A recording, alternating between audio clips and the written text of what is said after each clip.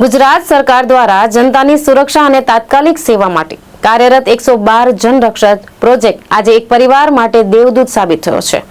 B division police મથકના ફરજ પર તૈનાત પોલીસ કર્મીઓની સતર્કતા અને સંવેદનશીલતાને કારણે એક 4.5 વર્ષના મંદબુદ્ધિના બાળકને તેના પરિવાર સાથે મેળવી આપીને પોલીસ તંત્રે સેવા, સુરક્ષા અને શાંતિના સૂત્રને સાર્થક કર્યું છે।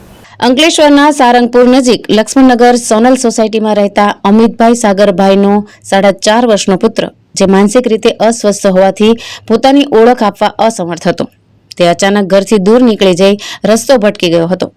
આ અજાણ્યા અને ગભરાયેલા બાળક પર પેટ્રોલિંગમાં રહેલા બી ડિવિઝન પોલીસ મથકની 112 જનરક્ષકના હેડ કોન્સ્ટેબલ જગદીશસિંહ અને ડ્રાઈવર નરેન્દ્રભાઈની નજર પડી હતી। બાળકની મનસ્થિતિ પારખી ગયેલા આ જવાનોએ તેને પ્રેમપૂર્વક સાચવી તેની સુરક્ષા સુનિશ્ચિત કરી હતી।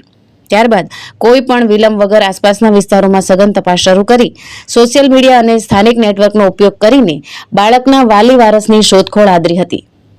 પોલીસ જવાનોની અથાગ મહેનત રંગ લાવી હતી અને ગણતરીના સમયમાં જ બાળકના પિતા અમિતભાઈ અને માતા અંકિતાબેન સુધી પહોંચવામાં સફળતા મળી હતી। પોતાના માસૂમ પુત્રને હેમખેમ પોલીસના રક્ષણમાં જોઈને માતા પિતાની આંખો હર્ષના આંસુથી છલકાઈ ગઈ હતી।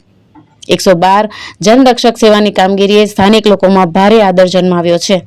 પોલીસ તંત્રની આ સતર્કતાને કારણે એક મોટી હોનારત ટળી હતી અને એક માસૂમ બાળક અજાણ્યા હાથોમાં જતું બચી ગયું હતું। આ સફળતા કામગીરી બદલ સમગ્ર વિસ્તારમાં 112ની ટીમ પર અભિનંદન વર્ષા થઈ રહી છે। ધર્મેશ રાણા, દ્રષ્ટિકોણ ન્યૂઝ, અંકલેશ્વર।